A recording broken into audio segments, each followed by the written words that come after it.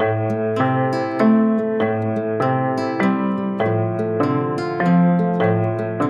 m'appelle Julien Allard, je suis scénariste et réalisateur de courts-métrages et de moyens-métrages. Je fais plutôt des films libres, indépendants, un peu comme dans la tradition anglo-saxonne. J'ai toujours voulu faire des films qui étaient proches des films peut-être américains et anglais. Dans ça, je ne suis pas totalement français. J'ai commencé par faire mes premiers films à New York. J'avais envie de partir, j'avais pas envie de rester dans le carcan français. Alors je suis parti faire une trilogie comme ça en anglais à New York. Et c'est là où j'ai fait mes premières armes.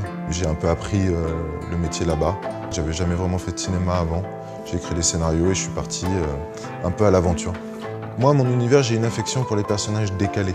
Mon univers, c'est toujours de traiter d'outsiders, de gens qui sont un peu à la marge, qui sont un peu hors réalité. Je fais toujours un portrait. Pour moi, le cinéma, c'est faire le portrait de quelqu'un, c'est le suivre dans son évolution, c'est le suivre dans son parcours. C'est pas comme à la télé où on suit des histoires. Pour moi, le cinéma, c'est vraiment le portrait de quelqu'un. Et dans mes films, il y a toujours un petit côté vintage, un petit côté comme ça, décalé. C'est ce style indépendant, moi, que j'affectionne. Mais il manque aucun cheveu!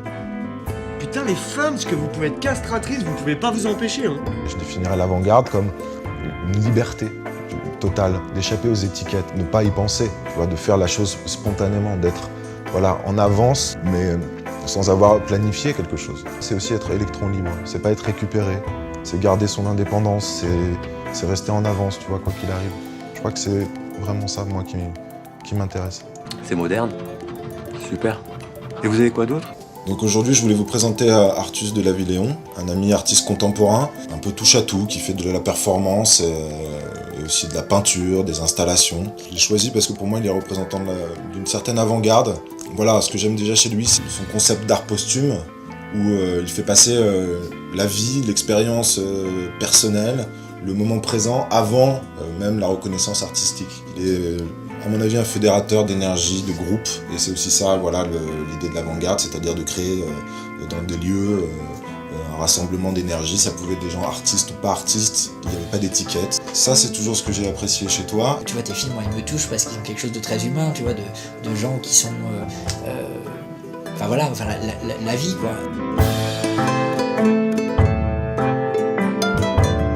En fait, j'ai habité pendant 15 ans dans une chambre de 15 mètres carrés qui est ici dans le Marais et qui est à moi en fait. Et au bout de 2 ans, j'ai décidé que tout ce qui rentrait dans la chambre n'allait plus en sortir, ce qui fait que à un moment, la chambre est devenue complètement surchargée, entièrement surchargée d'objets. Et j'ai démonté la chambre, je l'ai montrée dans une galerie d'art, parce que de toute façon elle était devenue invivable, dans un cube blanc.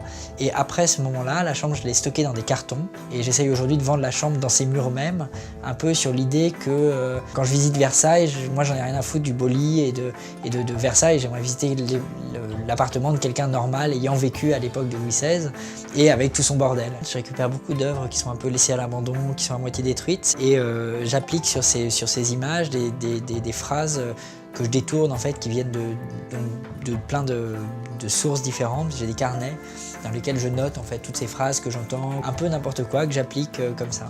Donc les mots, c'est vraiment quelque chose qui me dirige. C'était peut-être dû à mon influence du graffiti quand j'étais très jeune. C'est un peu compliqué de dire je suis d'avant-garde, mais en tout cas ce que je peux dire, c'est que souvent les gens me disent ce que tu fais nous émeut, nous touche et c'est très humain. Et bizarrement, j'ai l'impression que le fait d'humaniser les choses aujourd'hui peut être considéré comme une avant-garde parce que les gens sont tellement obsédés par le profit, par l'argent, par le succès, par la gloire, que tout d'un coup essayer de faire rentrer dans des marques ou tout d'un coup refuser le système des musées, des galeries pour dire moi j'ai envie de mettre de l'humanité dans ce que je fais, si ça peut être considéré à un moment par des gens comme une avant-garde, moi je suis d'accord avec ça. Pour le manifeste de l'art posthume, on dit des choses comme il ne faut pas faire pour être, mais il faut être pour être. Quand tu es quelque chose, quand tu l'es vraiment, les choses elles sortent naturellement et c'est ça qui est important.